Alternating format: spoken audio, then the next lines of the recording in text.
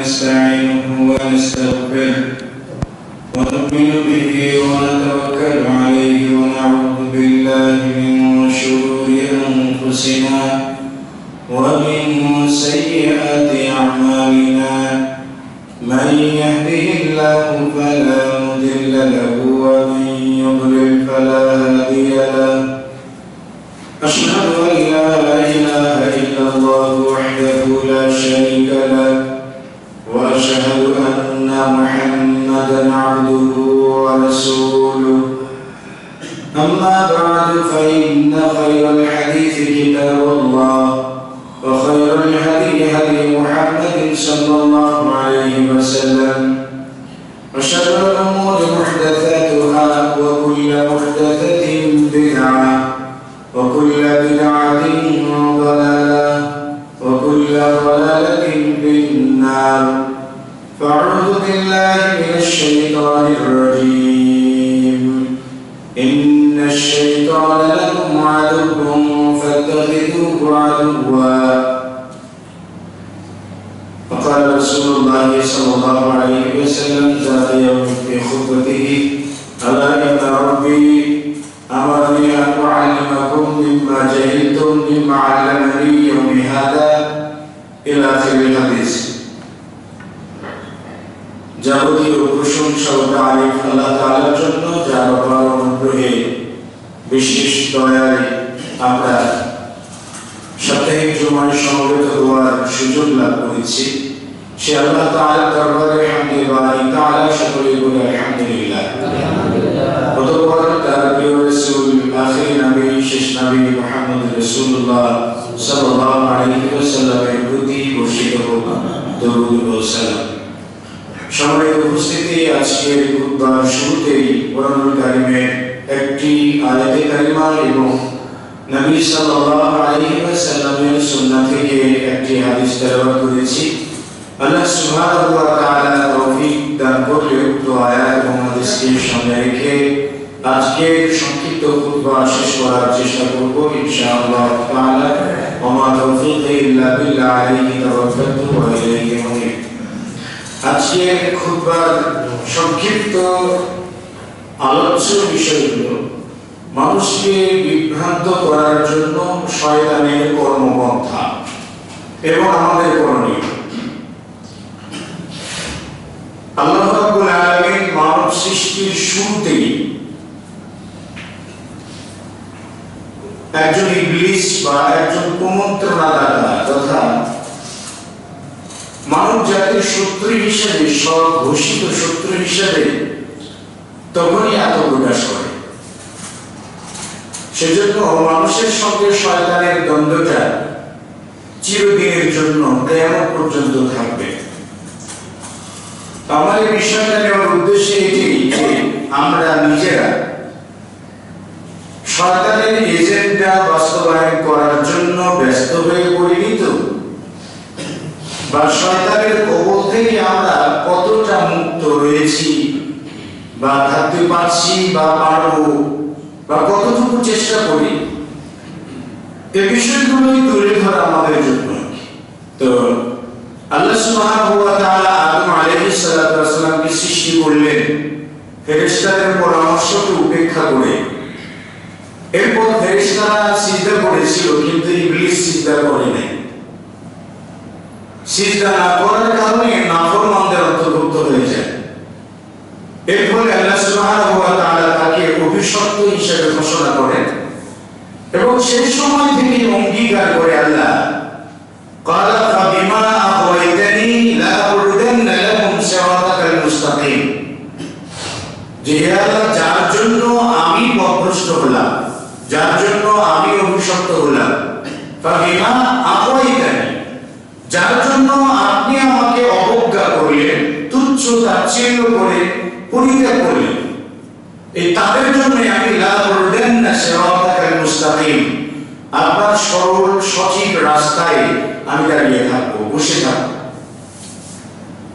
সুম্মা লাআতিয়ান্নাহুম মিন বাইনি আইদিহিম ওয়া আন আইমানিহিম ওয়া আন শামাইলিহিম ওয়া লা তাজিদু আকসারাহুম শাকিরিন, আমি তাদেরকে বিভ্রান্ত করার জন্য ডানে বসে থাকবো, বামে বসে থাকবো, সামনে পিছনে চতুর্দিকে বসে থাকবো, আপনি তাদের বেশিরভাগ পাবেন অকৃতজ্ঞ। আকসারুহুম শাকিরিন, তাদেরকে কৃতজ্ঞ পাবেন না, অকৃতজ্ঞ পাবেন। তো তখন থেকে আল্লাহ সুবহানাহু ওয়া তাআলার দরবারে ইবলিস একটা পরোক্ষ চ্যালেঞ্জ করেছিল যে আল্লাহ তোমার বান্দাদেরকে আমি পথভ্রষ্ট করবই, সঠিক পথে কখনো থাকতে দেব না। তো সেই প্রতিশ্রুতির উপর ভিত্তি করে সে কিন্তু পৃথিবীতে এসেছে, সাথী এসেছে। আল্লাহ তাআলা বলেছেন ইহবিতু মিনহা জামিআ, মানে ইবলিস, আদম এবং আদমের সাথে স্ত্রী রয়েছে, তোমরা সকলেই বেরিয়ে যাও। শুধু আদমকে পৃথিবীতে একা পাঠানো নাই, আদম তার স্ত্রী এবং সেই সাথে ইবলিসকেও পাঠিয়ে দিলেন, তোমরা সকলেই পৃথিবীতে চলে যাও, নেমে যাও। তাহলে শত্রুকে সঙ্গে নিয়েই আমাদের বাবা এসেছেন। বাবার শত্রু থাকলে সন্তানের সেটা কখনো বন্ধ হয় না। তা আমাদের জন্য চিরকালের জন্য সে শত্রুই। আল্লাহ তাআলা তাই বলছিলেন যে ইন্না শাইতানা লাকুম আদুউন, নিশ্চয় শয়তান তোমাদের জন্য শত্রু। ফাত্তাখিযুহু আদুওয়া, তোমরা তাকে শত্রু হিসেবে গ্রহণ করো, বন্ধু হিসেবে নয়। ইন্নামা ইয়াদউ হিজবাহু লিয়াকুনা মিন আসহাবিস সাঈর, কারণ শয়তান তো তার অনুসারীদেরকে জাহান্নামবাসী হওয়ার জন্যই দাওয়াত দিয়ে থাকে, আমন্ত্রণ করে থাকে। তাহলে শয়তানের দাওয়াত হলো মানুষকে জাহান্নামে নিয়ে যাওয়ার জন্য। আর আল্লাহ সুবহানাহু ওয়া তাআলা শয়তানের বিরোধিতায়, শয়তানের বিপরীতে আল্লাহ তাআলা অসংখ্য অগণিত নবী রাসূল পাঠিয়েছেন জান্নাতে নিয়ে যাওয়ার জন্য। তাহলে জান্নাতে নিয়ে যাওয়ার জন্য আসলো অসংখ্য নবী রাসূল, আর জাহান্নামে নিয়ে যাওয়ার জন্য আসলো একজন, ইবলিস।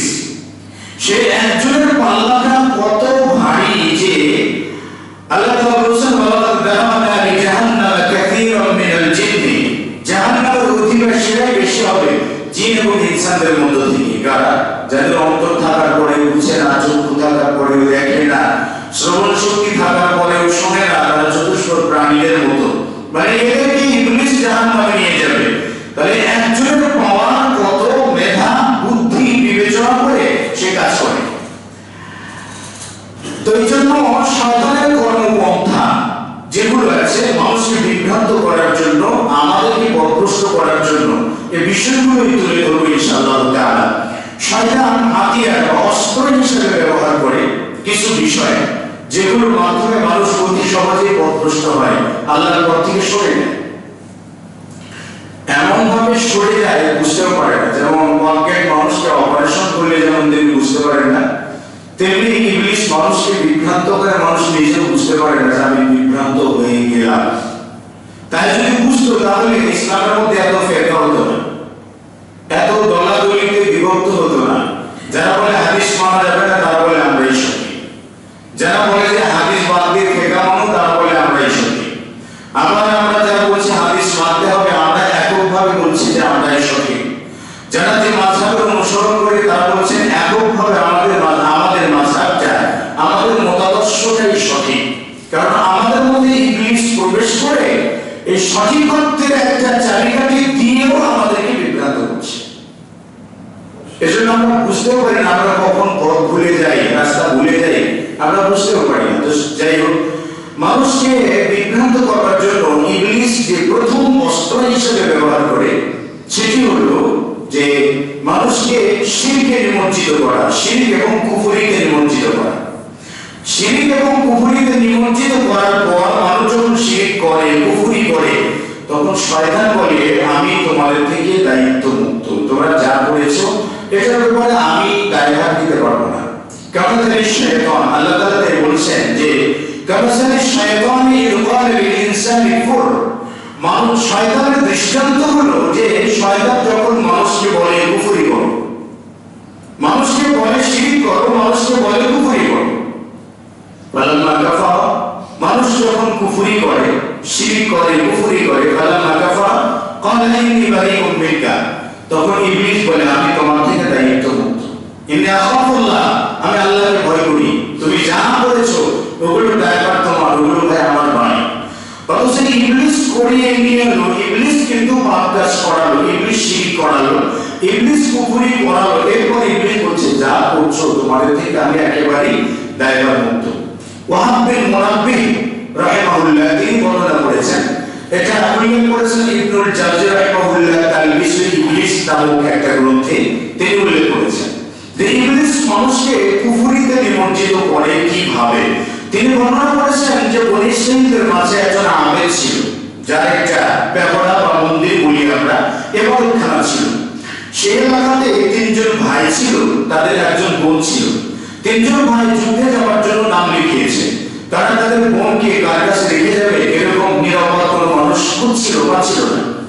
এরপর তারা কি করলো, বললো যে ঠিক আছে, আমাদের এলাকার যে আবেদ রয়েছে, আমাদের এলাকার যে আবেদ যিনি ধর্মগুরু রয়েছেন, আমরা তার কাছে রেখে দেবো আমার এই বোনটাকে।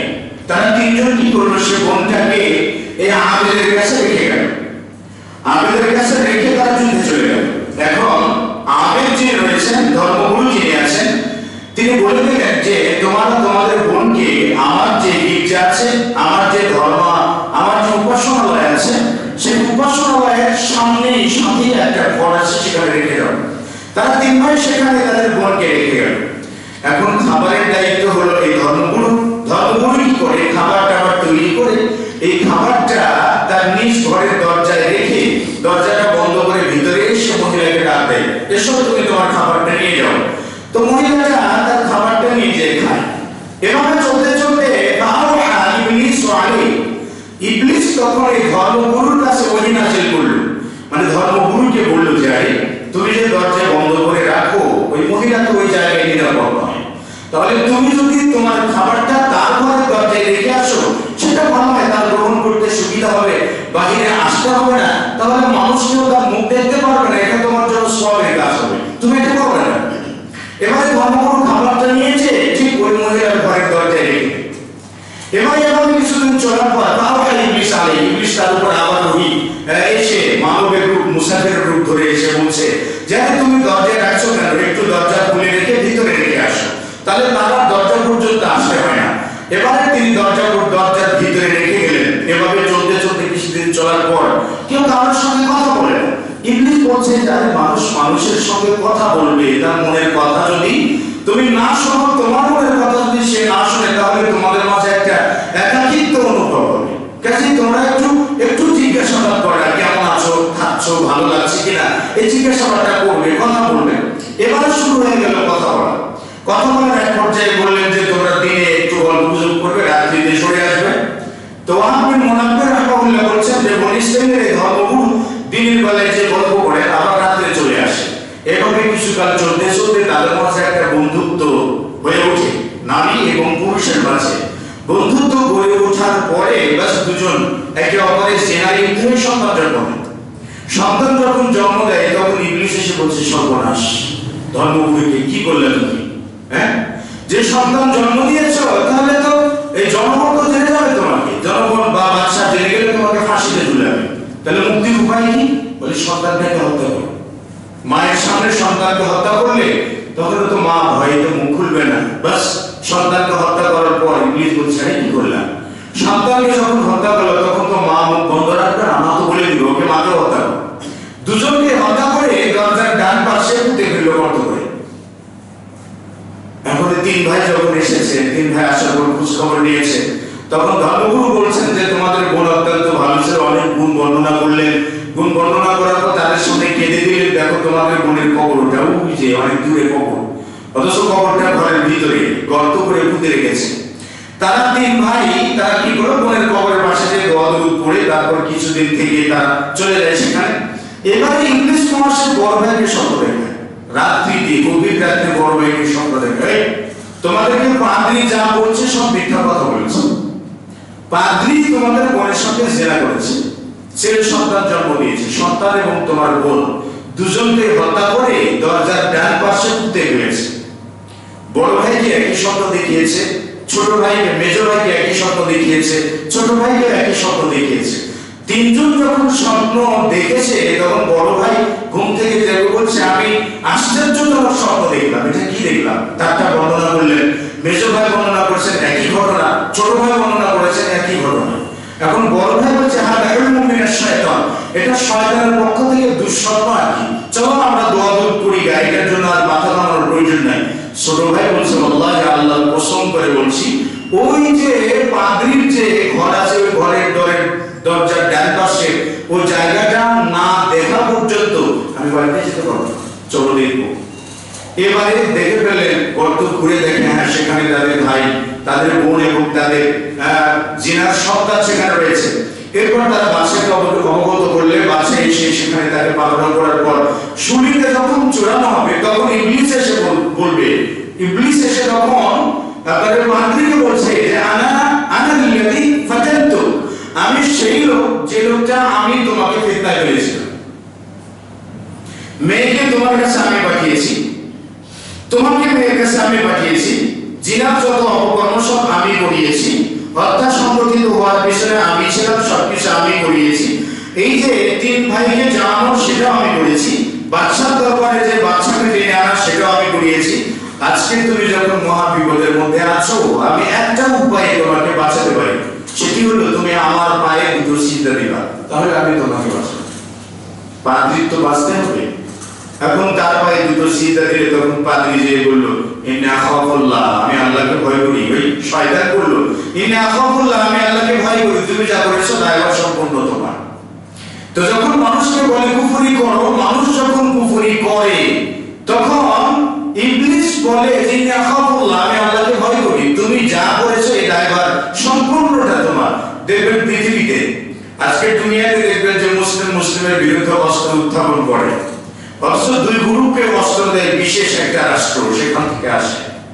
দেখবেন যে আফগানিস্তানে শোষে নেওয়ার পর বলছে আফগানিস্তানে যা কিছু হয়েছে সেটার জন্য আমেরিকা দায়ী নয়, ইরাকে যা কিছু হয়েছে লিখতে পূর্বে বলে এটার জন্য আমেরিকা দায়ী নয়, সিরিয়াতে যা হয়েছে এটার জন্য আমেরিকা দায়ী নয়, মুসলিমদের সমগ্র ভূখণ্ডে যা হয়েছে এটার জন্য আমেরিকা দায়ী নয়, অথচ ওয়াকাজের গোড়া যত করেছে সেই করেছে। শয়তানের একটা মূল চরিত্র, কমপ্লিট একটা চরিত্র ধরেছে। মানুষ মানুষকে হত্যা করে, সিবাবুল মুসলিমি ফুসুকুন ওয়া কিতালুহু কুফরুন, কোন মুসলিমকে গালি দেওয়াটা ফাসিকি কাজ, আর কোন মুসলিমকে হত্যা করাটা কুফরি কাজ। তাহলে যখন একজন মুসলিম অপর মুসলিমের শত্রু হয়ে মুনাফিক, কাফির, বেঈমান, গাদ্দার, আবার কি বলে শয়তানের দালাল, ইহুদিদের দালাল ইত্যাদি ইত্যাদি গালিতে যখন লিপ্ত হয়, তখন ইবলিস পাশান থেকে সুদে টান দিয়ে বলবে আমি তোমাদের থেকে দায়িত্ব মুক্ত। তাহলে এই জায়গাতে আমরা যতটা পারস্পরিক বিরোধিতা করছি ততটাই কিন্তু আমরা ইবলিসের এজেন্ডা বাস্তবায়ন করছি। যখন মানুষকে বলে কুফরি করে, মানুষ যখন কুফরি করে তখন বলে আমি তোমার থেকে দায়িত্ব মুক্ত। তাহলে মানুষকে দিয়ে শিরক কি করে নেয়, কুফরিতে কিভাবে নিমজ্জিত করায়। রাসূল সাল্লাল্লাহু আলাইহি ওয়াসাল্লাম তাই বলেছেন, সেই মুসলিমে এসেছে যে قال النبي صلى الله عليه وسلم في خطبته, নবী সাল্লাল্লাহু আলাইহি ওয়াসাল্লাম একবার খুতবাতে যে বললেন যে ইন্নাল্লাহ আমারানি আন উআল্লিমাকুম বিমা জাহিলতুম, আল্লাহ তাআলা আমাকে আদেশ করেছেন তোমাদের অজানা বিষয়কে জানিয়ে দেওয়ার জন্য। আজকের দিনে যা আল্লাহ তাআলা আমাকে শেখালেন, যা আল্লাহ তাআলা আমাকে জানালেন, আল্লাহ তাআলা সেই দিন নবী সাল্লাল্লাহু আলাইহি ওয়াসাল্লামকে কি জানিয়েছেন? নবী সাল্লাল্লাহু আলাইহি ওয়াসাল্লাম বলেছেন যে قال الله سبحانه وتعالى, আমি আল্লাহ সুবহানাহু ওয়া তাআলা আমাকে শেখালেন, আল্লাহ তাআলা আমাকে বলে দিলেন, আল্লাহ তাআলা বলেছেন যে কুল্লু মালিন নাহালতুহু আবদান হালাল, প্রত্যেক সম্পদ যেটা আমি আমার বান্দাদেরকে দিয়েছি সম্পূর্ণটা হালাল। ওয়া ইন্নী খালাকতু ইবাদি হুনাফা কুল্লুহুম, এবং আমি আমার সমস্ত বান্দাকে তাওহীদের উপর সৃষ্টি করেছি, একত্ববাদের উপর সৃষ্টি করেছি। আল্লাহ তাআলা এক, এটা জানবে, বিশ্বাস করবে, স্বীকার করবে, এর উপরে আমল করবে, এটার উপর আমি মানুষকে সৃষ্টি করেছি। কিন্তু আইনা শয়তান ইজতালা আলাইহিম, হঠাৎ করে শয়তান তাদের কাছে আগমন করলো। ইজতালাতুহুম, শয়তান তাদের কাছে আগমন করে ফাহারামাত আলাইহিম মা আহলালতু লাহুম, আমি মানুষদেরকে যা হালাল করে দিলাম শয়তান সেটা হারাম করে দিল। আমি মানুষদেরকে যেটা হালাল বা হারাম করে দিয়েছি, মা আহলালতু লাহুম, আমি তাদেরকে যেটা হালাল করে দিয়েছি শয়তান এসে সেটা হারাম করে দিল। এবং সে মানুষকে শিরক করতে বাধ্য করলো, যে শিরক করার কোনো ডকুমেন্ট, কোনো অধিকার আমি কাউকে দিই নাই। দুটো বিষয় শয়তান করলো। প্রথম হলো আল্লাহ যা হালাল করেছে শয়তান তা হারাম করে দিল। শয়তানকে আলাদা বিধান দিয়েছে। আমরা কি শয়তানের কোনো কিতাব পেয়েছি যে যেখানে সুদ খাওয়া হালাল করে দিয়েছে? না। বরং আল্লাহ তাআলার দেওয়া হালাল সম্পদ কিভাবে হারাম করতে হয় যাবতীয় উপকরণ শয়তান মানুষের মধ্যে দিয়ে দেয়। কিভাবে? বলে কি সম্পদের যাকাত দেওয়া যাবে না। ধরে নিন একজন হয়তো 100 কোটি টাকার মালিক, তাহলে 100 কোটি টাকায় যাকাত আসবে কত? 2.5 কোটি টাকা, তাই না? 40 কোটিতে 1 কোটি দিতে হবে, তাহলে 2.5 কোটি টাকা। এখন ইবলিস এসে বুঝাবে 2.5 কোটি টাকা যাকাত দেবে তুমি? এত টাকা? আরে এত টাকা যদি হয় তুমি কলকাতাতে একটা তুমি 5 তলা বিল্ডিং করতে পারবা, যাকাত কি কেন দিবা? এখন ব্যক্তি তাই তো এত টাকা যাকাত দেব না, যাকাত দেব না। তাহলে কি হলো? ইবলিস প্রথমে একটা আপনাকে কি বলে ভাইরাস বড়ি খাওয়াই দিল, আর আমরা মুসলিমরা সেই বড়িটাকে না যাকাত দিতে পারবো না। আচ্ছা, এবার আসুন সুদের উপরে টাকা, বলে ব্যাংকিং সুদ, কারেন্ট সুদ, আর যত সুদ আছে। আরে যত ব্যবসা করি বিদেশে বিভিন্ন জায়গায় সফর করতে হয়, বাজারে বসতে হয়, লেনা দেনা কত কিছু করতে হয়। টাকাটা যদি ব্যাংকে সুদের উপরে রাখি তাহলে তাহলে বছরে এত টাকা পেয়ে যাবো। ইবলিস যতই বলছি এত টাকা তুমি পাবে, তাহলে তুমি ব্যাংকে রাখলেই তো সুদের উপরে লাগিয়ে দিয়ে এত টাকা পাবে। মানুষ মনে করে তাই তো, তাই ঠিক আছে। এভাবে কি মানুষ হালাল গুলোকে হারাম করে, সুদের বৈধতা মানুষের মধ্যে দিয়ে দেয়, যাকাত না দেওয়ার প্রবণতা মানুষের মধ্যে দিয়ে দেয়। দেখবেন যে আমরা আধুনিক সমাজে জিনা ব্যভিচার আধুনিক সমাজে একটা শব্দ আছে, ছেলে মেয়ে একটু আধটু করে, মানে ওই বুদ্ধিটা ইংলিশ ঢুকিয়ে দিয়েছে। ছেলে মেয়ে তো একটু আধটু করে, একটু সামান্য করবে, সামান্য করতে করতে আজকের বেগুন চুল, কালকের আলো চোর, তারপরে যে কি হবে দেশ চোর। এই জায়গা থেকে আমি সেটা বারবার বলি, শয়তান শুরু করে শুরু থেকে আর আমরা শুরু করি শেষ থেকে, পার্থক্য হয়ে যাবে। বুদ্ধির কাছে আমরা পরাজিত, কারণ আমরা শেষ বয়সে এসে মসজিদে ঢুকি, আর ইবলিস বয়সের শুরু থেকে কুমন্ত্রণা দিয়ে ওকে সাইজ করে, সিস্টেম করে আলাদা করে দেয়। এই যে হারাম আলাইহিম মা হালালতু লাহুম, আমি তাদেরকে যে হালাল সম্পদ দিলাম সেই সম্পদটাকে হারাম করে নিল, যাকাত দিল না, সম্পদটা হারাম হয়ে গেল। সুদের উপরে অর্থ লাগালে সম্পদটা হারাম হয়ে গেল। সম্পদ যখন হারাম হয়ে গেল, খানা পিনা পড়া বাসা বাড়ি সবকিছু যখন হারামের উপর হয়, তখন এই ব্যক্তির দ্বারা কখনো কল্যাণের আশা করা যায় না, এবং ওই পরিবার থেকে ভদ্র নম্র সভ্য দিনদার কোনো সন্তানের আশা করা যায় না। তার মানে এমন একটা বড়ি খাওয়ালে যেটার প্রজনন নষ্ট করে দেওয়ার জন্য, প্রজন্মের পর প্রজন্ম যাবে সুদী, প্রজন্মের পর প্রজন্ম যাবে ঘুষখোর।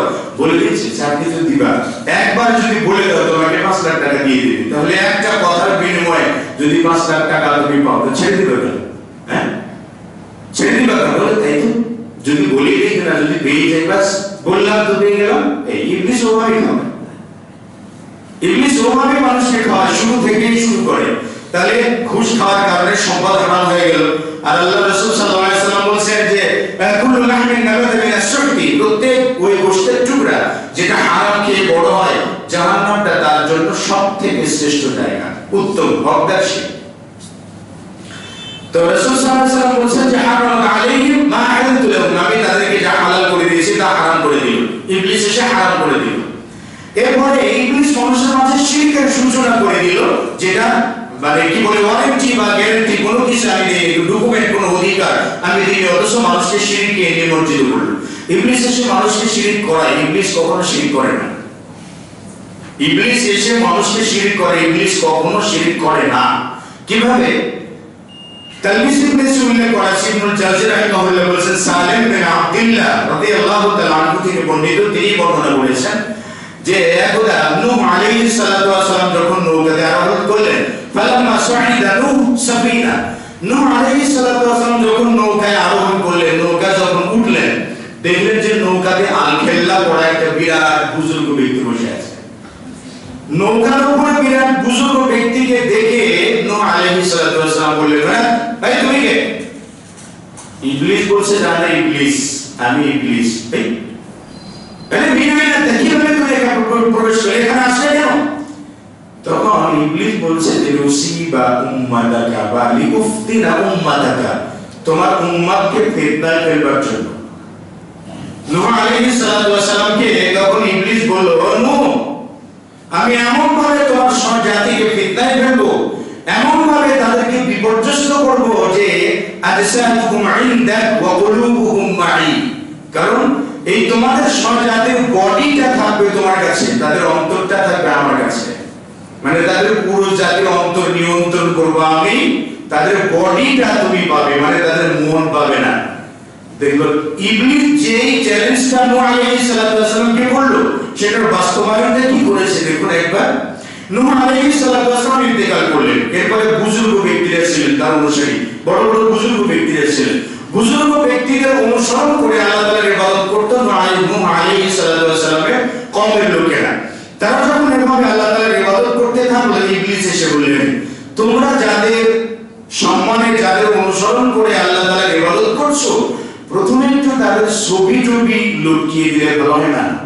যে বুজুর্গ ব্যক্তিদের অনুসরণ করলা, সেই বুজুর্গ ব্যক্তিদেরকে একটু ছবি ছাপা দেখে যদি তাদের অনুসরণ করে, তাহলে মনোযোগ আকর্ষণটা ভালো হবে।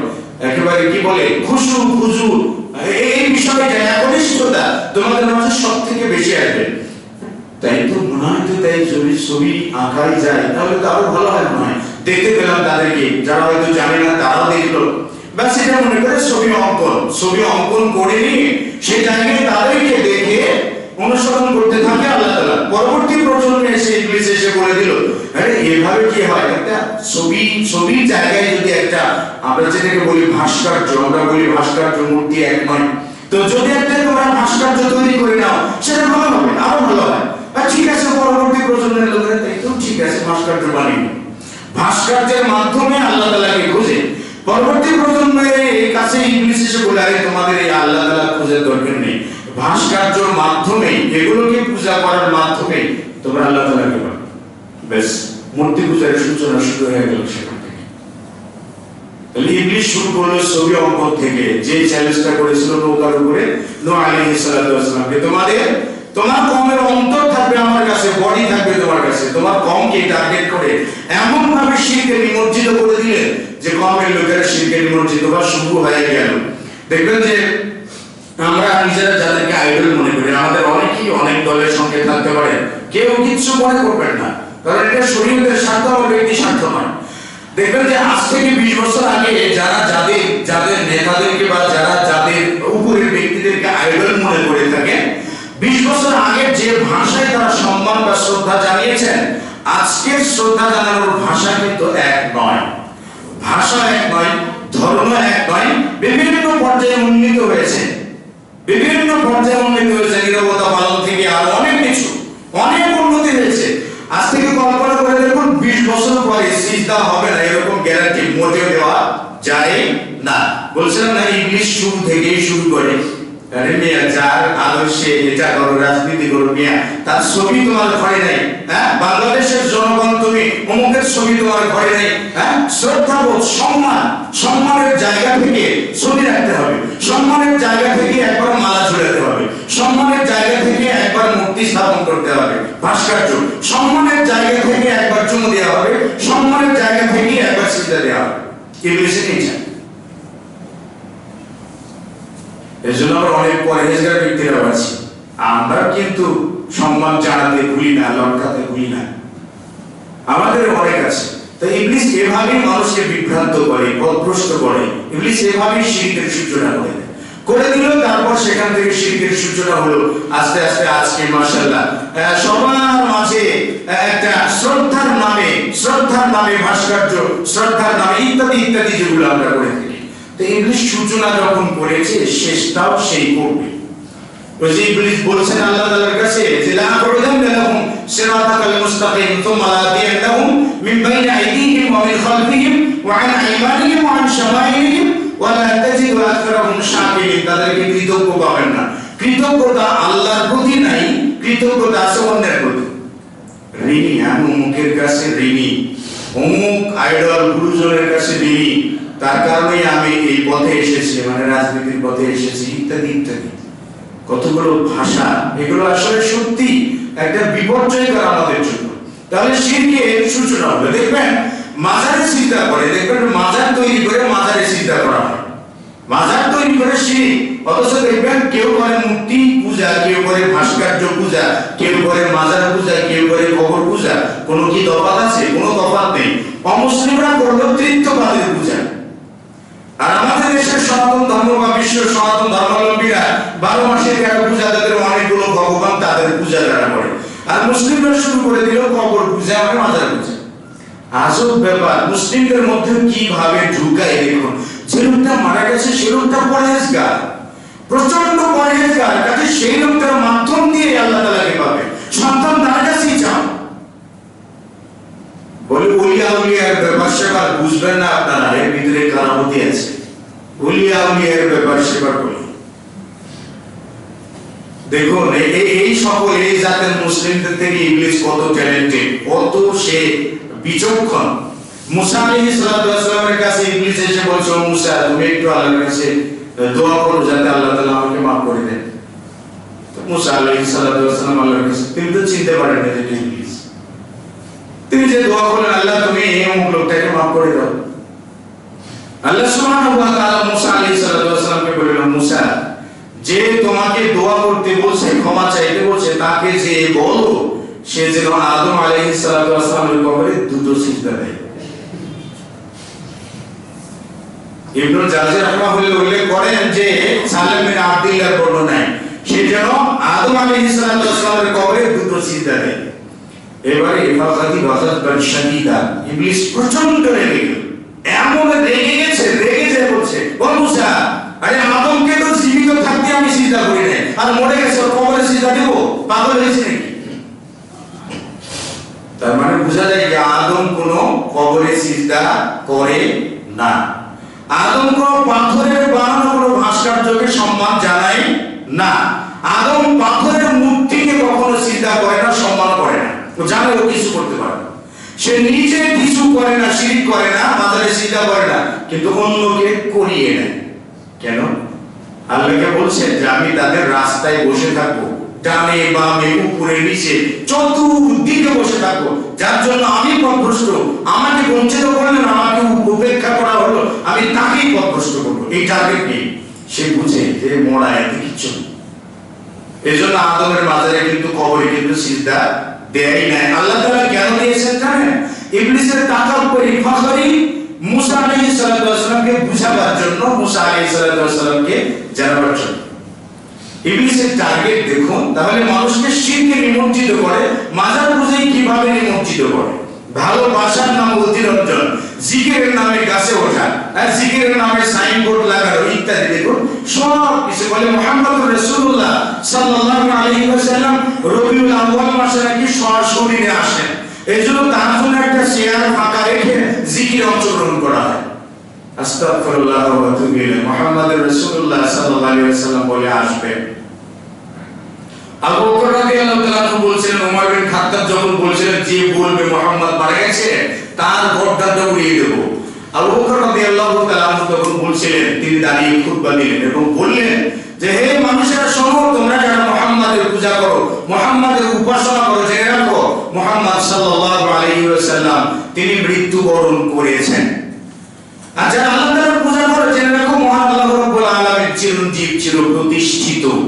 অথচ সে মুহাম্মদ রাসূল সাল্লাল্লাহু আলাইহি ওয়াসাল্লামের জন্য চেয়ার ফাঁকা রেখে আমরা জিকিরের জায়গায় যখন এই রবিউল আউয়াল মাসে শরীক হই, তখন এটাই তো শিরক হয়। ইবলিস বলে, বাবা ভালো তো আমার চেলা চামচাগুলো অনেকগুলো পেয়েছে, আমার এখানে থাকার দরকার নেই, আমার কোনো প্রয়োজন নাই, আমার এখানে প্রয়োজন নাই, কারণ আমার মাশাআল্লাহ অনেকগুলো দলের লোকজন আছে। অসুবিধা নেই, আমি যে রাজনীতি করি আমার রাজনীতির অনেকগুলো লোকজন এখানে আছে, কাজে এখানে আমার যাওয়ার দরকার নেই। ইবলিস তো সেখানে থাকে না। আর এইভাবে মানুষকে বিভ্রান্ত করে, যখন ইবলিস দেখে মানুষকে শিরকের কর্মে নিমজ্জিত করতে পারছে না, শিরক করছে না, তখন মানুষকে পাপ কাজে নিমজ্জিত করে, যাতে মানুষ পাপের পর পাপ, পাপের পর পাপ, পাপের পর পাপ করে। পাপ করাতে ইবলিসের টার্গেট হলো দুটা, একটা হলো লোভ আর একটা হলো হিংসা। এই দুটোকে প্রধান হাতিয়ার হিসেবে নিয়ে মানুষকে পাপ কাজে নিমজ্জিত করে। নূহ আলাইহিস সালাম কি ইবলিস বলেছিল, ও নূহ আমি তোমাকে 5টা কথা বলবো, তার মধ্যে 3টা বলবো আর 2টো কথা বলবো না।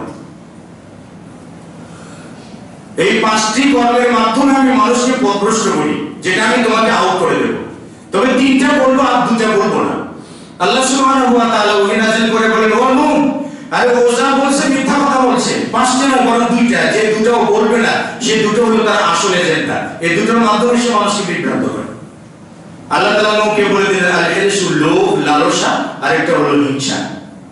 ইবলিস যেই দুটো হাতিয়ার নিয়ে মানুষকে পাপ কাজে নিমজ্জিত করে, আল্লাহ রাসূল সাল্লাল্লাহু আলাইহি ওয়াসাল্লাম বলেন আল্লাহ সুবহানাহু ওয়া তাআলা এই দুটো কাজ পরিত্যাগ করার জন্যই বান্দার জন্য জান্নাত নিশ্চিত করেছেন। তাহলে ইবলিস মানুষকে বিভ্রান্ত করে লোভ দিয়ে, হিংসা দিয়ে, আর রাসূল সাল্লাল্লাহু আলাইহি ওয়াসাল্লাম বলেন যে ব্যক্তি লোভ এবং হিংসা পরিত্যাগ করতে পারে তার জন্য জান্নাত। রাসূল সাল্লাল্লাহু আলাইহি ওয়াসাল্লাম বসে আছেন এবং সাহাবায়ে কেরামদেরকে বলছেন ইয়াদুরু আলাইকুমুল আনা রাসূলুম মিন আহলিল জান্নাহ, তোমাদের মাঝে একজন ব্যক্তি আসবে, সেই লোকটা জান্নাতি। এখন আবু বকর, উমর, উসমান, আলী সকল বড় বড় সাহাবী কেরামগণ বসে আছেন, তাদের আগ্রহটা বাড়ে না? নবী সাল্লাল্লাহু আলাইহি ওয়াসাল্লাম আবু বকর কেউ জান্নাতি বললেন না, উমর বিন খাত্তাব কেউ জান্নাতি বললেন না, উসমান আরো বড় বড় সাহাবী কেউ না, একজন আসবেন যে জান্নাতি। সাহাবায়ে কেরামগণ সতর্ক হলেন, সতর্ক হওয়ার পরে দেখলেন কে আসে এটা দেখার জন্য তাকিয়ে থাকলেন, দেখলেন আনসারী একজন সাহাবী। তিনি কেমন ওযু করে আসেন, ওযুর পানিটা দাঁড়িয়ে থেকে টপ টপ করে পড়ছে, আর তার বাম হাতে জুতা হাতে ধরা আছে, তিনি জুতা নিয়ে ঢুকছেন। প্রথম দিন বললেন, দ্বিতীয় দিন নবী সাল্লাল্লাহু আলাইহি ওয়াসাল্লাম আবার বললেন ইয়াতলু আলাইকুমুল আনা রাসূলুম মিন আহলিল জান্নাহ, তোমাদের মাঝে একজন জান্নাতি ব্যক্তি আসবে। সাহাবায়ে কেরামগণ আরো সতর্ক হলেন, সতর্ক হওয়ার পর দেখলেন দ্বিতীয় দিনে ওই ব্যক্তিটাই মসজিদে ওভাবেই প্রবেশ করছে, পানি ঝরঝর করে পড়ছে, ওযুর পানি আর বাম হাতে জুতা রয়েছে। তৃতীয় দিন নবী সাল্লাল্লাহু আলাইহি ওয়াসাল্লাম বলেন ইয়াতলু আলাইকুমুল আনা রাসূলুম মিন আহলিল জান্নাহ, তোমাদের মাঝে এমন একজন ব্যক্তি আসবে সে জান্নাতি। তৃতীয় দিনে দেখা গেল ওই লোকটা ওই অবস্থায় ওই হাতি স্যান্ডেল ওভাবেই পানি ছড়াচ্ছে, ওযুর পানি টপ টপ করে পড়ছে গাড়ি থেকে, ওই লোকটা। আনাস বিন মালিকের বর্ণনা এসেছে হাদিসটা। তো এবারে আব্দুল্লাহ বিন আমর বিন আস তার মনে চিন্তা হলো এবারে কি কাজ করে যার জন্য 3 দিন নবী সাল্লাল্লাহু আলাইহি ওয়াসাল্লাম তাকে জান্নাতে বলেন, দেখি তো কি আমল করে। আমরা শুধু খুঁজে বেড়াই কে কত টাকা ইনকাম করে, কিভাবে করে। আমরা যে বলবো তুমি কিভাবে টাকা ইনকাম করো আমাকে একটু বলো, তোমার ব্যবসায় সফলতা কিরকম, আমাদের চিন্তা এরকম। আর আসহাবী কেরামগণের চিন্তা কে কত ভালো কাজ কিভাবে করে সেটা দেখার জন্য। আব্দুল্লাহ বিন আমর বিন আস তার সঙ্গে দেখা করলেন, দেখা করে বললেন ভাই আমি আমার বাবার সঙ্গে 3 দিনের কসম করেছি, তার সঙ্গে কথা বলবো না, তার সঙ্গে খাবো না। এই 3 দিন ভাই আপনি একটু আপনার বাড়িতে জায়গা দেবেন। উদ্দেশ্য হলো কি সে কি কি কাজ করে দেখা। এখন গেলেন, প্রথম দিন দেখলেন, দ্বিতীয় দিন দেখলেন, তৃতীয় দিন দেখলেন, না লোকটা তো তেমন কোনো ভালো কাজ করে না, কই তেমন তো কিছু না। কান্নাহু হাক্কার আমল, যেটা তার আমলটাকে তুচ্ছ মনে করেছে, যে সামান্য আমলই তো করে। ওই লোকটাকে দেখে বললেন যে ভাই আমি তো তেমন কোনো আমল আপনাকে করতে দেখলাম না, যে আমলের জন্য আপনি বিশেষ ফজিলত পান সেটা তো আমি দেখলাম না আপনার মধ্যে। তো এই যে এই আমল করে কিন্তু নবী সাল্লাল্লাহু আলাইহি ওয়াসাল্লাম আপনাকে 3 দিন জান্নাতে বললেন কেন?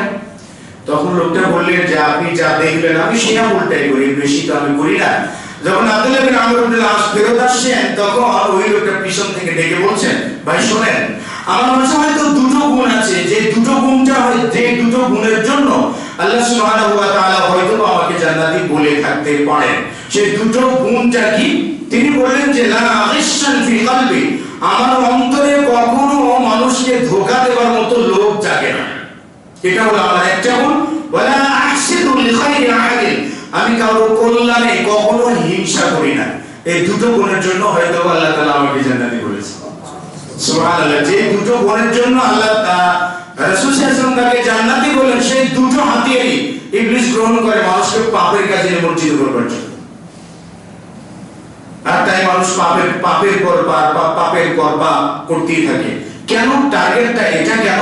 রাসূল সাল্লাল্লাহু আলাইহি ওয়াসাল্লাম আয়েশা রাদিয়াল্লাহু তাআলাকে বলেছিলেন যে ইয়াকি, মানে ইয়া আয়েশা তো ইয়াকি ওয়া মুহাক্কারাতিদ দুনুব, মানে হে আয়েশা মুহাক্কারাতিল আমাল, হে আয়েশা তুমি পাপের কাজকে কখনো ছোট করে দেখবে না, যে কোনো কাজকে তুমি ছোট করে দেখবে না। কেননা ওই কাজটাই অনুসন্ধান করার জন্য আল্লাহ তাআলা ফেরেশতা নিয়োজিত রেখেছেন। সামান্য পাপের কাজ করলে সেটা ফেরেশতারা বুঝে বেড়ায়, অনুসন্ধান করে বেড়ায়। আর মানুষ যখন একটা ছোট্ট পাপ করে তখন সেই পাপের পর যখন পাপ করে রাসূল সাল্লাল্লাহু আলাইহি ওয়াসাল্লাম বলেছেন ইন্না শাইতানা ক্বাদ আয়াসা, নিশ্চয়ই শয়তান হতাশ হয়েছে, শয়তান নিরাশ হয়েছে যে আরো ভূখণ্ডে তার ইবাদত করা হবে না। কিন্তু ওয়ালাকিন লাহু তুআ, কিন্তু শয়তানের কিছু অনুসারী থাকবে, শয়তানের কিছু অনুসারী থাকবে বিমা তাহতাকিরুনা মিনাল আমাল, যে আমল, যে পাপের কাজগুলোকে তোমরা ছোট মনে করো সেই পাপের কাজ করার কারণে শয়তান খুশি হয়ে যাবে। কেন খুশি হবে? রাসূল সাল্লাল্লাহু আলাইহি ওয়াসাল্লাম বলেন যখন কোনো মানুষ পাপের কাজ করে নুকিতা ফি কলবিহি নুকতাতুন সাওদা, তখন তার অন্তরে একটা কালো তিলক পড়ে, একটা পাপ কাজ করলে কালো তিলক পড়ে। এরপর যখন ফালাম্মা তাবা, যখন সে তাওবা করে আল্লাহর কাছে ক্ষমা চায়, তখন তিলকটা উঠে যেয়ে অন্তরটা পরিষ্কার হয়ে যায়। কিন্তু তাওবা না করে যখন পাপের পর একবার পাপ করলো একটা তিলক পড়লো, দুবার পাপ করলো দুটা তিলক পড়লো, তিনবার পাপ করলো তিনটা তিলক পড়লো, চতুর্থবার পাপ করলো চতুর্থ তিলক পড়লো, এভাবে যখন মানুষ পাপের পর পাপ করে তখন তিলকের পর তিলক তার অন্তরে পড়ে যায়। তিলক আমাদের সাদা পাঞ্জাবি বা সাদা কাপড়ে যেমন তিলক পড়ে, তিলক পড়তে পড়তে পুরো অন্তরটা তিলক বিশিষ্ট হয়ে যায়। যখন অন্তরটা তিলক বিশিষ্ট হয় তখন সে অন্তরটা সত্য বুঝতে পারে না, সত্যকে সত্য বলে জানতে পারে না, মিথ্যাকে মিথ্যা হিসেবে নির্ণয় করতে পারে না, হক বাতিলের মধ্যে পার্থক্য করতে পারে না, ইবাদত করতে মন চায় না, ওয়াকাজ করতে মন চায়। এরকম একটা মানসিক ভাবে সে প্রস্তুতি গ্রহণ করে, সবসময় যেন অপরাধের মধ্যে থাকতেই তাকে আনন্দ বোধ হয়। তখনই বুঝা যাবে যে তার অন্তরটাই মরিচা রয়েছে। কাল্লা বাল রানা আলা কুলুবিহিম মা কানু ইয়াকসিবুন, কখনোই নয় বরং মরিচিকা করেছে তাদের অন্তঃকরণের উপরে। তারা পাপের পর পাপ করলে এটা তাই না। এই পাপের পর পাপ করলে কিয়ামতের দিন কি হবে? ইবলিস এটাকে টার্গেট কেন করে?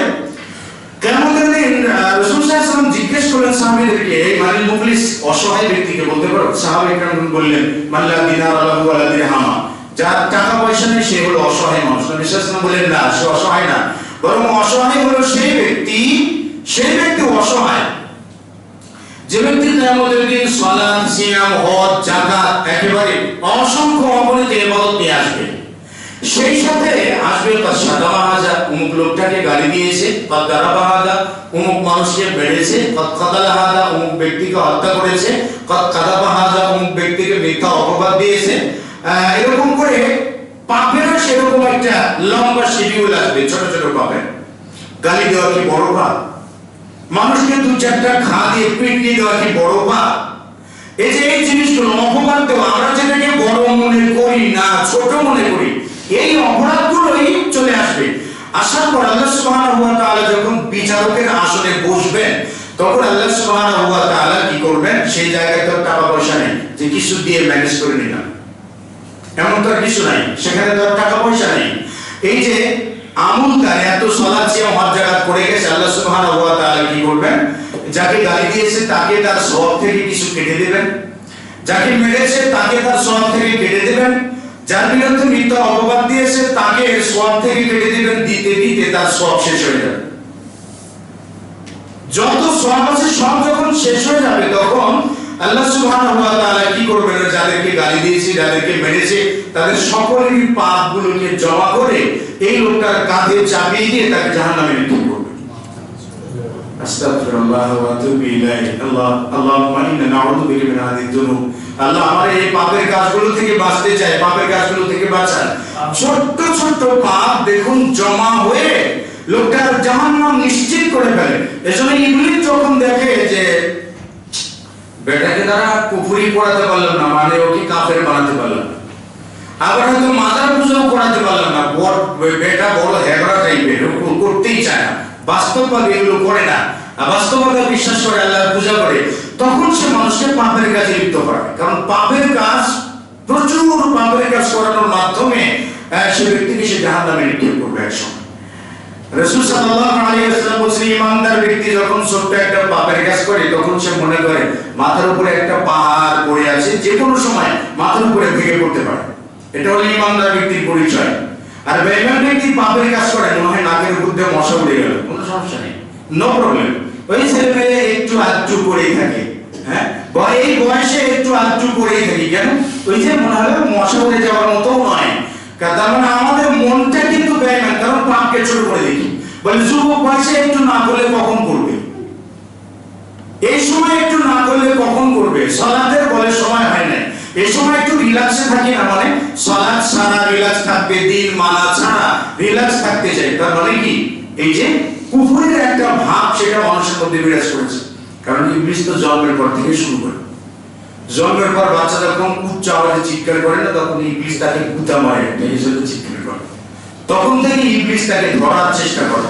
আর একটা পরিবার যখন তাওহীদের উপর প্রতিষ্ঠিত থাকে তখন সেই পরিবারের সন্তান সন্ততিগুলো তাওহীদের উপর প্রতিষ্ঠিত হবে, নিশ্চিত হবে, এটি বিশ্বাস করা যায়। পাপের কাজের মধ্যে জিনা করা, রাগ করা, ব্যভিচার করা, এই সবগুলোই তো পাপের কাজ। মুসা আলাইহিস সালাম কে ইবলিস বলেছিল, মুসা যেহেতু তুমি আল্লাহর কাছে ক্ষমা চেয়েছো আমার জন্য, কাজে আমি তোমাকে তিনটা অপশন বলে দিই, এই তিনটা অপশন, তিনটা কাজ যদি তুমি করো তাহলে লা আহলিকুকা আবাদান, আমি তোমাকে কখনো ধ্বংস করতে পারবো না, কখনো বরদাস্ত করতে পারবো না। মুসা আলাইহিস সালাম বলেন, বেটা কি বলবে আবার বলো দেখি। তখন ইবলিস বলছে যে উযকুরনি ইনদাল গাদাব, মানে হে মুসা তুমি রাগের সময় আমাকে স্মরণ করবে, যখনই তুমি রাগ করবে তখনই আমাকে স্মরণ করবে যে আমি তোমার কাছে উপস্থিত। কারণ রাগের কারণে পাপ হয়, রাগের কারণে কুফরি হয়। এক ব্যক্তির কাছে একজন এসে এক ব্যক্তির চুল ধরে টেনে নিয়ে এসে বলছে, ইয়া রাসূলুল্লাহ হাদা কাতালানি আখি, এই লোকটা আমার ভাইকে হত্যা করেছে, তার বিচার করুন। নবী সাল্লাল্লাহু আলাইহি ওয়াসাল্লাম তাকে জিজ্ঞেস করলেন, তুমি কি তার ভাইকে কাতালতাহু, তুমি কি তাকে হত্যা করেছো? তখন যে লোকটা ধরে নিয়ে এসেছে সে লোকটা বলছে, ইয়া রাসূলুল্লাহ ও যদি স্বীকার না করতো তাহলে হাজারটা প্রমাণ আমি উপস্থাপন করতে পারতাম। নবী সাল্লাল্লাহু আলাইহি ওয়াসাল্লাম বললেন, তাহলে তুমি তাকে হত্যা করেছো? বলে, করেছি ইয়া রাসূলুল্লাহ। কিভাবে করেছো বলো তো? তখন বলছে, ইয়া রাসূলুল্লাহ আমি এবং এই লোকটার ভাই এই দুইজন মিলে আমরা কাঠ কাটতাম, একই গাছের নিচে পাতা কুড়াতাম, এরকম কিছু আমরা করতাম, কাঠুরিয়া আর কি আমরা। এক সময় এই লোকটার ভাই আমাকে গালি দেয়, সাব্বানি সাব্বান, আমাকে সে কঠোর ভাষায় গালি দেয়। যখন আমাকে গালি দেয় তখন আমার রাগ চড়ে গেল, রাগ চড়ে গেল। আমার হাতে যে কোদালটা ছিল বা কুড়াল ছিল, কুড়াল দিয়ে তার ঘাড়ের উপরে বসিয়ে দিলাম, পেড়ে ফেলে দিলাম, আর হত্যা হয়ে গেল। এরপরে রাসূল সাল্লাল্লাহু আলাইহি ওয়াসাল্লাম যখন হত্যার স্বীকারোক্তি দিল তখন কি উপায় আছে? তখন এই লোকটাকে বলছে, আচ্ছা যে হত্যা করেছে তুমি কি দিয়াত দিতে পারবা, তোমাকে নিজেকে মুক্ত করতে পারবা? বলে, লা ইয়া রাসূলুল্লাহ, তা পারবো না। তখন নবী সাল্লাল্লাহু আলাইহি ওয়াসাল্লাম বলেন, তোমার গোত্রের এমন কোন সম্পদশালী লোক আছে কি যে তোমাকে ক্রয় করে নেবে তেরি থেকে, দিয়াত থেকে? বলে, ইয়া রাসূলুল্লাহ আমার বংশের লোকজন আমাকে দেখতে পারে না, এরকম অবস্থা আমার নাই। তখন নবী সাল্লাল্লাহু আলাইহি ওয়াসাল্লাম এই লোকটাকে যার ভাইকে হত্যা করেছে তার হাতে দিয়ে দিলেন, যাও তোমার ইচ্ছা, চাইলে হত্যা করতে পারো বা তুমি যা ইচ্ছা তাই করবে। এবারে লোকটা যখন ওই হত্যাকারী লোকটাকে নিয়ে যাচ্ছে তখন নবী সাল্লাল্লাহু আলাইহি ওয়াসাল্লাম বললেন, এই লোকটা যদি একে হত্যা করে তাহলে এই লোকটা যে যাকে হত্যা করেছে তার মতো হয়ে যাবে। মানে এই লোকটা যে হত্যাকারী আর হত্যাকৃত ব্যক্তির ভাই যদি একে হত্যা করে তাহলে সেও হত্যাকারী হয়ে যাবে, মানে সেও কাফের হয়ে যাবে, মানে কুফরিতে নিমজ্জিত হয়ে যাবে। এই কথাটা বললেন। লোকটি যেতে যেতে কথাটা শুনেছেন, শোনার পর বলছে, ইয়া রাসূলুল্লাহ, ফেরত এসে বলছে, ইয়া রাসূলুল্লাহ আপনি এরকম কথা বললেন যে আমি যদি তাকে হত্যা করি তাহলে এর মতো আমিও হয়ে যাব, তার মানে আমিও জাহান্নামে হয়ে যাব। তো ইয়া রাসূলুল্লাহ আপনি তো তাকে ধরে আনতে বলছিলেন। নবী সাল্লাল্লাহু আলাইহি ওয়াসাল্লাম তখন বললেন, আরে তুমি কি খুশি নও যে কিয়ামতের দিন যে হত্যাকারী ব্যক্তিটা তোমার ভাইয়ের পাপের বোঝা বহন করবে এবং তুমি যদি তাকে মাফ করে দাও তাহলে তোমারও পাপের বোঝা সে বহন করবে, এতে কি তুমি খুশি নও? ব্যক্তি বলছে, না আমি রাসূলুল্লাহ, হ্যাঁ আমি এতে খুশি। অতঃপর লোকটাকে ছেড়ে দিল। কোত্থেকে আসলো? প্রথম উঠেছে রাগ, রাগের জন্য হত্যা করেছে। আর হত্যা করার কারণে যাকে হত্যা করেছে কিয়ামতের দিন তার পাপের বোঝা বহন করতে হবে, আবার তার ভাই যে মাফ করলেন তারও পাপের বোঝা বহন করে তাকে জাহান্নামে যেতে। ইনদাল গাদা উসকুরনি ইনদাল গাদা, আমাকে রাগের সময় স্মরণ করবা, ওয়া ইনদাল মাউত, এবং মৃত্যুর সময় আমাকে স্মরণ করবা। কারণ আমি মৃত্যুর সময় মানুষকে স্মরণ করিয়ে দেই ওর কয়তলা বিল্ডিং কোথায় আছে, কত টাকা আছে, হিসাব জানে কিনা, মরার পরে সন্তানরা সে টাকা পয়সা ঠিক রাখতে পারবে কিনা, সন্তানরা চলতে পারবে কিনা, সন্তানরা তার স্ত্রীকে মূল্যায়ন করবে কিনা, যাবতীয় টেনশন দিয়ে তার মাথাটাকে ইবলিস ভরপুর করে। ইবলিস বলছে আমি তার যাবতীয় বিষয় তার সামনে তুলে ধরি যাতে মৃত্যুর সময় লা ইলাহা ইল্লাল্লাহটা বলে মৃত্যুবরণ না করতে পারে।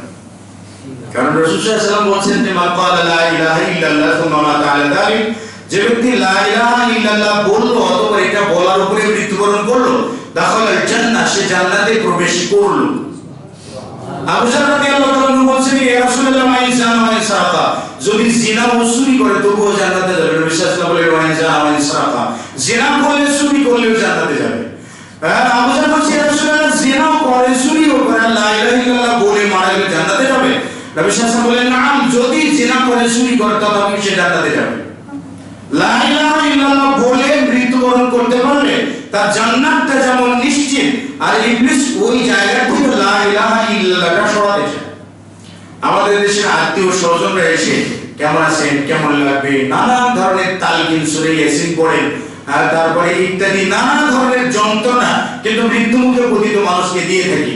আবার মেয়েরা এসে বলে আমাদের কি করলে, ভাইরা তো সম্পদ দেবে না। ছেলেরা বলে আমরা বোনদেরকে দিতে পারবো না, অমুক সম্পদ, অমুক বিল্ডিং ইত্যাদি নানান ফিরিস্তি নিয়ে বসে। যে ব্যক্তিটা অসুস্থতায় পড়েছে বলে আপনি মরে যাওয়ার আগে একটা সমাধান করে যান। কেন সমাধান তিনি দিবেন কেন? শরীয়ত করে নাই, শরীয়ত করে নাই। এই যে মৃত্যুর সময় নানা কিছু উপস্থাপন করা হয়, তিনি বললেন আমাকে মৃত্যুর সময় স্মরণ করো। আর এটা কখনো মাইন্দা নিসাইন, যখন তুমি কোনো মহিলার সঙ্গে নির্জনে কথা বলবে তখন আমার কথা স্মরণ করবে। কারণ ছেলের প্রতি ওহী নাযিল করি আমি, মেয়ের প্রতি ওহী নাযিল করি আমি। ছেলেকে বলি কাছে আয়, মেয়েকেও বলি কাছে আয়, ভালো লাগবে। এখন ভার্সিটি গুলোতে নাকি ছেলেরা যদি দূরত্ব বসাইছে, তুমি মেসেজ না চেপে বসো, চেপে বসতে বসতে দুই সাপের মধ্য থেকে একটা বের হবে, যার নাম অবৈধ জারজ সন্তান। এটাই হয়, হাজার হাজার সন্তান জন্ম নিচ্ছে আর ডাস্টবিনে পড়ছে।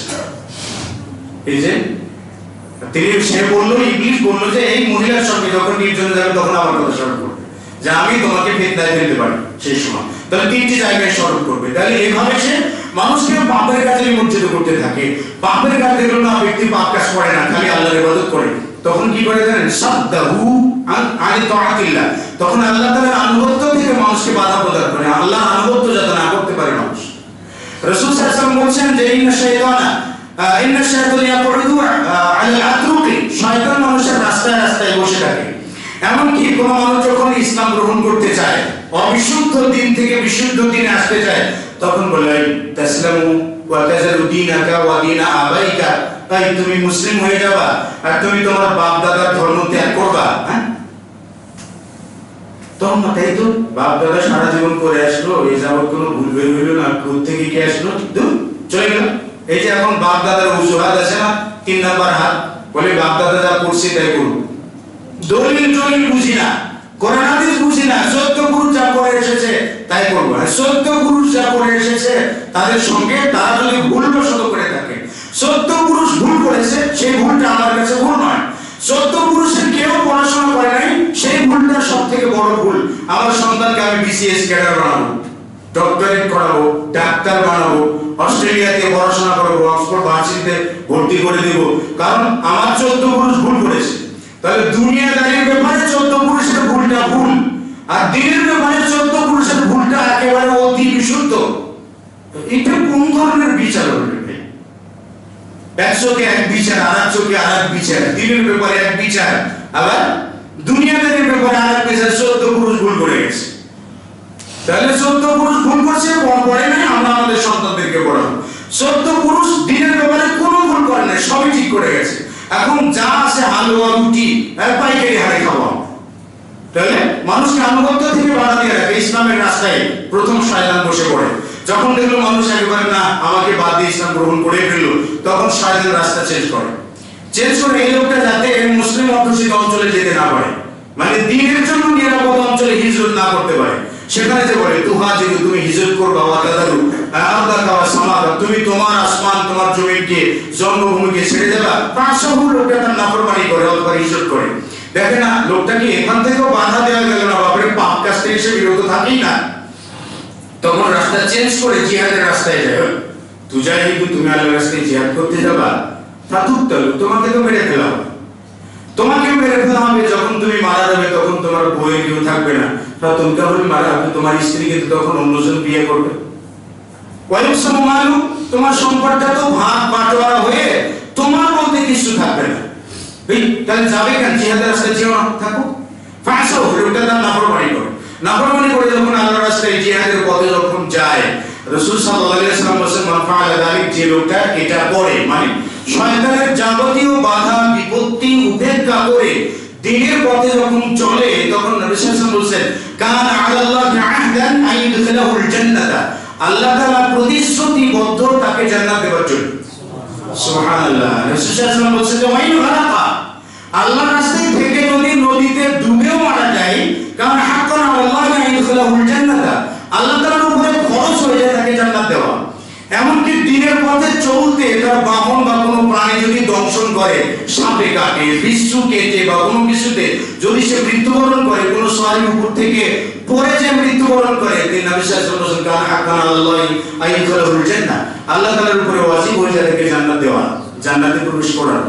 তাহলে শয়তানের বাধা বিপত্তি উপেক্ষা করে, হারাম বর্জন করে, অনৈতিক কার্যকলাপ ছেড়ে দিয়ে যে ব্যক্তি যখন নৈতিকতার পথে আসে, দ্বীনের পথে আসে, যখন যে অবস্থায় যেভাবে মারা যাক না কেন, সেই লোকটার জন্য জান্নাত নিশ্চিত প্রতিশ্রুতি দিয়েছেন আল্লাহ সুবহানাহু ওয়া তাআলা দিয়েছেন। শর্ত হলো শয়তানের এই ধাপ, শয়তানের যে বিভিন্ন প্রতিবন্ধকতা, এগুলোকে অতিক্রম করে আসে। শয়তান যখন দেখে না ওকে ইবাদত থেকে দূরে রাখা গেল না, তখন শয়তান কি করে জানেন? ফাসাদুত তাআ, ইবাদতকে নষ্ট করে দেয়।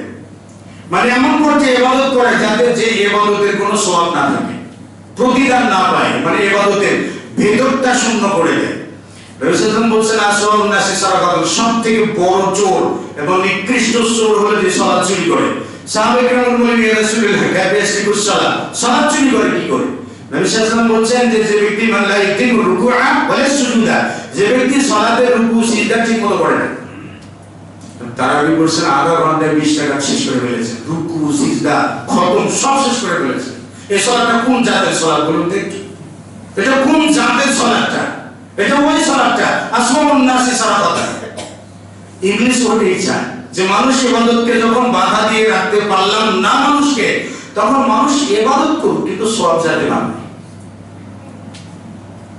উসমান বিন আবি নাস এসে বলছেন ইয়া রাসূলুল্লাহ قد حاك بيني وبين قراءتي وصلاتي, ইয়া রাসূলুল্লাহ আমার কিরাত এবং আমার সালাতের মাঝে প্রতিবন্ধকতা করে শয়তান, কি করব? নবী সাল্লাল্লাহু আলাইহি ওয়াসাল্লাম বলেন যে ইসমুহু খানজা, এর নাম হলো খানজা, এটা ইবলিস, এর নাম হলো খানজা, প্রতিবন্ধকতা সৃষ্টি করে। যখন কারো এরকম মনে হয় যে ইবাদতের মধ্যে দুনিয়ার নানান কিছু মাথার ভিতরে ঢুকেছে, তখন ভাবো এটা শয়তান ওহী নাযিল করেছে, ফালিয়াস্তাজ বিল্লাহ, সেজন্য আল্লাহর কাছে আশ্রয় চায়, আল্লাহ শয়তানের ফিতনা থেকে বাঁচাও। যখন তাহলে শয়তান মানুষের ইবাদতটাকে নষ্ট করে দুটো উপায়ে, একটা হলো সরাসরি কুমন্ত্রণা দেওয়ার মাধ্যমে, মনোযোগ নষ্ট করার মাধ্যমে, আর একটা হলো তাবদীলুল কাইফিয়া, পদ্ধতি বদল করার মাধ্যমে। ইবাদত রাসূল যে পদ্ধতিতে করেছেন সেই পদ্ধতিতে না করে অন্য একটা নতুন পদ্ধতিতে করো, তাহলে কি হয়ে গেল? ইবাদতটা নষ্ট হয়ে গেল, শয়তানের চাওয়াটা পূরণ হলো। যেমন দেখবেন যে মানুষ যখন মারা যায়, নবী সাল্লাল্লাহু আলাইহি ওয়াসাল্লাম বলেছেন যে বাড়িতে মানুষ মারা যায় তোমরা বাহির থেকে খাবার পাক করে সে বাড়িতে দাও, তাদেরকে নিয়ে খাও, এটা হলো শরীয়তের বিধান। আর আমরা বিধান বানিয়ে নিলাম কি, মানুষ কোন ব্যক্তি যখন মারা যায় 3 দিনের দিন মুরব্বিরা এসে বলবে তোমার বাপ মায়ের জন্য কি করলে, একটু মজলিস করে আমরা খাই। তাবদীলুল কাইফিয়া, পদ্ধতি বদল করা। এই পদ্ধতি বদলে আমরা এলাম 3 দিনের খাওয়া, 7 দিনের খাওয়া, জিলাপি নানান কিছুর আয়োজন করলাম। ওই যে ঈদে মিলাদুন নবী, নবী সাল্লাল্লাহু আলাইহি ওয়াসাল্লাম সোমবার সিয়াম পালন করতেন, যে আমি জন্মগ্রহণ করে সেই দিন আমি চাই যে আমার জন্মদিনে আমি সিয়াম পালন করি। আমরা সেই দিন কি করব? মিছিল করব, লম্বা চড়া মিছিল। এই মিছিলটা কি বলে আপনার, ওই যে জৈশে জুলুস নাকি বলেন, জাসনে জুলুস যেটা বলেন, দেখুন যে এই মিছিলের ধরন, আবার আপনার শিয়াদের যেটা আশুরার মিছিলের ধরন, আবার আপনারা দেখবেন যে বাদশাহ আকবরের চালু করা মঙ্গল শোভাযাত্রা আছে না, এই সবগুলোর গোড়াটা এক জায়গা থেকে উঠে ডালটা বিভিন্ন হয়ে গেছে। কোন ডাল মোটা হয়, কোন ডাল চিকনা হয়, কোন ডালে সরু হয়, কোন ডালে পাতা থাকে, কোন ডালে পাতা থাকে না। তো একই গাছের এগুলো ভিন্ন ভিন্ন ডাল। মুসলিম বুঝতেই পারে না যে কি করে বিভ্রান্ত হলাম, যে বলছে না ইবলিস শুরু থেকে শুরু করে, শেষ থেকে না। আমরা যখন শরীয়তের শুরু থেকে শুরু করতে পারবো, তখন আমরা দিনের উপরে অবিচল থাকতে পারবো। সর্বশেষ একটা হাদিস বলে আমি আমার আলোচনা শেষ করছি, সেটি হলো তাহলে ইবাদতকে নষ্ট করে, মনোযোগ নষ্ট করার মাধ্যমে, ইবাদতের প্রাণ নষ্ট করার মাধ্যমে, আর একটা হলো ইবাদতের পদ্ধতি বদল করার মাধ্যমে। নবী সাল্লাল্লাহু আলাইহি ওয়াসাল্লাম যে পদ্ধতিতে করেছেন, যেমন রাসূল সাল্লাল্লাহু আলাইহি ওয়াসাল্লাম একবার মসজিদে খুতবা দিয়েছেন, এক ব্যক্তি এসে বলছেন ইয়া রাসূলুল্লাহ এই রাস্তাঘাট সব ধ্বংস হয়ে গেল, কেটে চৌচির হয়ে গেল, আপনি একটু আল্লাহর কাছে দোয়া করুন না যাতে আল্লাহ তাআলা আমাদেরকে বৃষ্টি দান করেন। নবী সাল্লাল্লাহু আলাইহি ওয়াসাল্লাম তখনই হাত তুলে বললেন আল্লাহুম্মা আসকিনা আল্লাহুম্মা আসকিনা, আল্লাহ তুমি আমাদেরকে বৃষ্টি দান করো। আল্লাহ তখনই বৃষ্টি দিলেন। 6 দিন যাবত সূর্য দেখা যায়নি। 6 দিন পর পরের সময় এসে বলছে ইয়া রাসূলুল্লাহ রাস্তাঘাট পানিতে ডুবে গেল, শেষ হয়ে গেল, ক্ষেত খামার শেষ, আপনি দোয়া করুন যাতে বৃষ্টি বন্ধ হয়ে যায়। নবী সাল্লাল্লাহু আলাইহি ওয়াসাল্লাম দোয়া করলেন আল্লাহুম্মা হাওয়ালাইনা ওয়া লা আলাইনা, আল্লাহ তুমি আমাদেরকে বৃষ্টি দিও না, আমাদের চতুর্দিকে বৃষ্টি দাও। এখন কেউ যদি বৃষ্টির জন্য দোয়া চায় তখন আমরা বলি আপনারা সূরা ফাতিহা একবার পড়েন, দরুদ শরীফ একবার পড়েন, ওটা এতবার পড়েন, এরপর একজন আল্লাহুম্মা আমিন রাব্বানা যালামনা আনফুসানা। আরে ভাই হচ্ছে বৃষ্টির দোয়া আর আপনি বললেন রাব্বানা যালামনা আনফুসানা। হ্যাঁ, এর থেকে বড় কোনো ধোঁকা হয় বলুন তো? বড় কোনো ধোঁকা আছে? এরকম অসংখ্য কার্যকলাপগুলো আছে, আমরা পদ্ধতি বদল করে সেই ইবাদতগুলোকে নষ্ট করে দিয়েছি। ইবলিস যখন দেখে না ইবাদতের পদ্ধতি বদলানো গেল না, তখন খাবারের উপরে হামলা করে। খাবারের উপরে হামলা করে অবৈধ খাবার ঢুকে দিয়ে যাতে মানুষকে বিভ্রান্ত করে। রাসূল সাল্লাল্লাহু আলাইহি ওয়াসাল্লাম খাবার বসেছেন, হুযায়ফা রাদিয়াল্লাহু তাআলা আনহু থেকে বর্ণিত, তিনি বর্ণনা করেছেন যে নবী সাল্লাল্লাহু আলাইহি ওয়াসাল্লামের সঙ্গে আমরা খেতে বসলে আমরা হাত দিতাম না যতক্ষণ না নবী সাল্লাল্লাহু আলাইহি ওয়াসাল্লাম খাবারের মধ্যে হাত না ঢোকাতেন। একবার আমরা আল্লাহর রাসূলের সাথে খেতে বসেছি, হঠাৎ করে এক ব্যক্তি প্রত্যেকে একটা আসলো, এসে সরাসরি হাত ঢুকিয়ে দিয়েছে, বিসমিল্লাহ বলে। নবী সাল্লাল্লাহু আলাইহি ওয়াসাল্লাম বাম হাত দিয়ে তার হাতটা ধরে ফেলেছেন, কান্না হাতুফা, মানে মনে হয় কোনো ব্যক্তিকে লাঠি দিয়ে ধাওয়া করা হয়েছে, ওইরকম দৌড়িয়ে এসে খাবারে হাত ঢুকাতেছে। নবী সাল্লাল্লাহু আলাইহি ওয়াসাল্লাম তার হাতটা ধরে ফেললেন। সুন্নাহ জারিয়া, অথবা একটা মহিলা দৌড়িয়ে এসে খাবারে হাত ঢুকাতেছে, নবী সাল্লাল্লাহু আলাইহি ওয়াসাল্লাম তার দুই হাতটা ধরে ফেললেন। এক হাত, তার মানে পুরুষের এক হাত, মহিলার এক হাত, দুই হাত বাম হাতে ধরে আছে। রাসূল সাল্লাল্লাহু আলাইহি ওয়াসাল্লাম সাহাবায়ে-কেরামদেরকে বললেন, সাহাবীরা যেই খাবারে বিসমিল্লাহ বলা হয় না সেই খাবারে ইবলিস শরীক হয়ে থাকে। যেমন এখন ইবলিস এসেছিল এই লোকটার মাধ্যমে, ওই মহিলার মাধ্যমে এসেছিল, যে দুজনের হাত আমার হাতের মধ্যে আছে, মানে ইবলিসের হাতটা আমার হাতের মধ্যে আছে, সে বিসমিল্লাহ বলে। কেন ইবলিস খাবারের প্রতি এত আগ্রহী কেন? আচ্ছা, আমরা কি কোনো পাগল ছাগলের সঙ্গে খাবার খাই বলুন তো? খেতে বসেছি, হঠাৎ করে বিড়াল এসে খাবারের উপর দিয়ে ঘুরে গেছে, আমরা কি খাই?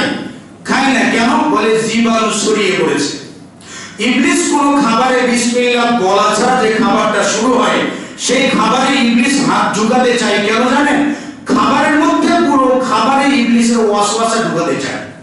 আর ওয়াসওয়াসাকৃত খাবারটা যখন মানুষ খাবে তখন মানুষের বিবেক মরে যাবে, দিনের জন্য যে অন্তঃসত্ত্বা রয়েছে সেটা মরে যাবে, বেদিনী কাজ তার কাছে প্রিয় মনে হবে। বিসমিল্লাহ শুধু খেতে পারলেই বাঁচি, এরকম একটা মানসিকতা, এর উপর ভর করে মানুষকে বিভ্রান্ত করতে পারে। তো দেখা যাবে যতগুলো স্তর বলবো ইবলিসের কার্যকলাপের, সবগুলোতে আমরা আছি। খাবারে বিসমিল্লাহ বললে হয় কি, এক ব্যক্তি খাবার খাচ্ছে, খেতে খেতে প্রথমে বিসমিল্লাহ বলে নেয়, খাবারের শেষে বিসমিল্লাহ আওয়ালাহু আখিরাহু বলে ফেলে। নবী সাল্লাল্লাহু আলাইহি ওয়াসাল্লাম তার কথা শুনে হেসে দিলেন। সাহাবারা জিজ্ঞেস করলেন, ইয়া রাসূলুল্লাহ হাসলেন কেন? মানে শুরু থেকে খাচ্ছিল, ইবলিস তার সাথে খাচ্ছে, মানে ইবলিসের কুমন্ত্রণায় খাবারটা ভরপুর ছিল। যখন সে বিসমিল্লাহকে আওয়ালাহু আখিরাহু বলল তখন ইবলিস সবগুলো দমন করে দিল, আর পেটে রাখতে পারল না। তাহলে কি বোঝা যায়? বাড়িতে প্রবেশের সময় বিসমিল্লাহ বলা, শয়তান প্রবেশ করে না। ঘরের দরজা বন্ধ করতে বিসমিল্লাহ বলতে বললেন কেন? যাতে শয়তান না প্রবেশ করে, পরিবারটা একেবারে দিনের উপরে থাকে। এগুলোর মাধ্যম দিয়ে ইবলিস মানুষকে বিভ্রান্ত করতে যায়। আসুন আমরা শয়তানের যাবতীয় কুমন্ত্রণা থেকে বেঁচে থাকি। আল্লাহ তাআলা আমাদেরকে সেই তৌফিক দান করুন। আল্লাহুম্মা আমিন ওয়া আখিরু দাওয়ানা আলহামদুলিল্লাহি রাব্বিল আলামিন।